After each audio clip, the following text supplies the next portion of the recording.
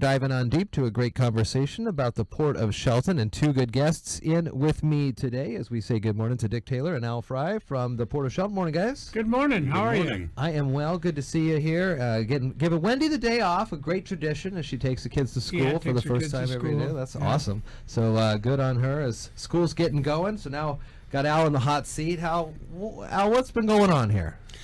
Well, first things first, how is all this haze and ash impacting day-to-day port business? I mean, is it affecting the airplanes and the boats? Yeah, it does. I mean, for example, Kapowson's not flying. Sure. They're not jumping, and that's, they just can't do it. Yeah, they just don't have much, overhead to see. Yeah, I can't see anything to jump, so they're not flying. Visibility is very low. Yeah, it's like a snowstorm yesterday, in the air, and so it's, we go to our different tenants and remind them, about, cigarettes, and, a lot of guys, they want to just step on them as they walk. Well, that doesn't work. You have to make sure they're out, and we always tell them to field strip them, and they got to ask you what that is. So that kind of institutes the conversation with them about cigarettes. Gets them going. Yeah. A couple years ago, I think, or so, we added some technology to Sanderson Field for the flying in. When it's low cover like this, is that the benefit of that? It was something about the cloud level. Well, yeah, it allowed pilots to make an instrument approach at a lower altitude than in the past. Were they using this technology now because of the weather? Well, I'm sure they are. Yeah. Yeah, sure they are. Hadn't seen. There was a few planes up yesterday. A lot of the not commercial guys, but the private guys were up flying around yesterday. So. Tinder dry, still on port property. Oh, yeah. Yeah. Anything can cause a spark. I use the, DNR comes out with different ratings, and about 2 weeks ago we were on what they call a partial hoot owl, and that's where you can work from 8 at night until 1 in the afternoon, and then you shut down and there's a fire watch after. Then over the weekend they raised the fire, to extreme, and then they came out with a industrial closure, and that was with in a district that's next to ours, and the note I got on my email was it may change for us. So we just use that policy. If it's in the South Sound and they do an industrial shutdown, we shut down. And we maintain like 2 different lists that we use for our maintenance guys. We have one that is if we're in these hot weather and we're worried about fire, we shut down, we go work on buildings and clean gutters and do winter stuff. And our big mower has an 18-foot deck, and it'll literally split like a soccer ball size rock in half with its blades. So if you split that and cause a fire and you're a half mile away, we're in trouble. And the way the wind blows there, it'd be off our property so quick. So we just, the work that we do isn't worth the threat that it takes to the community, and we just shut down and do other stuff. What are you going to do after this all clears to kind of check on things? Give them a good hose down, or do you have to go through and make sure there's certain things that are specifically cleared out? We keep it pretty tight around all of our buildings anyway, so we're not have much of a problem with that. We don't really hose anything down because we don't have the ability to hose down so much property that we have. We just, we're very vigilant about, watching our properties. Part of my position is I drive all of our properties twice a day, and I look at our fire hydrants. One of the things that we do consistently is, in this time, is we keep our water towers full. Because if there is a fire within any of these districts, they come to our place and they draft water into their tenders out of our towers. So at Sanderson, we had a telemetry failure, and so we rewired it back to the old style of using a pressure switch. But what happens is the tower gets so low that we don't have a lot of water. So every day I go up and I make sure the pressures in that tower stay up at the top and our towers stay full. What else has the port been up to, Dick?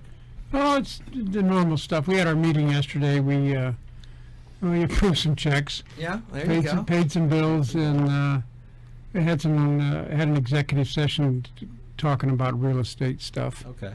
But nothing, just the mundane, regular business that we're going through right now, which has to be done.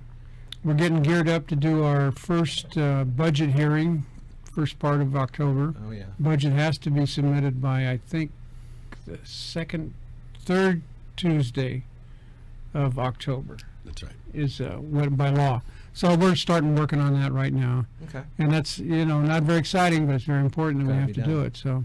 What I haven't had you in, Al, for a while now.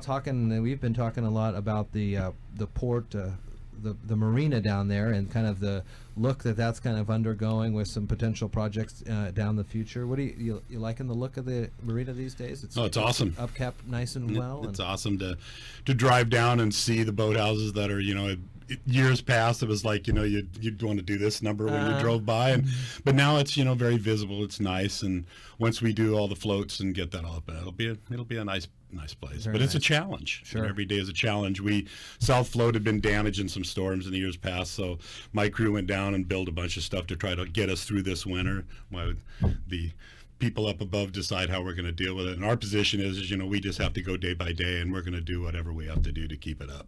We were talking to somebody the other day, and this isn't really a Port of Shelton deal, but it kind of deals with the water in Oakland Bay. Coming into Oakland Bay, I was told that it's kind of a tough. You have to know what you're doing to come in. Yeah, it's a difficult passage. Is it really? Yeah. Oh, yeah. What's about it that makes it difficult? Well, first of all, when you look out there, you have a wide expanse of water, but the channel is very narrow, and that all water is all shallow out there, and if you're going out the channel, you have to be almost over on the starboard side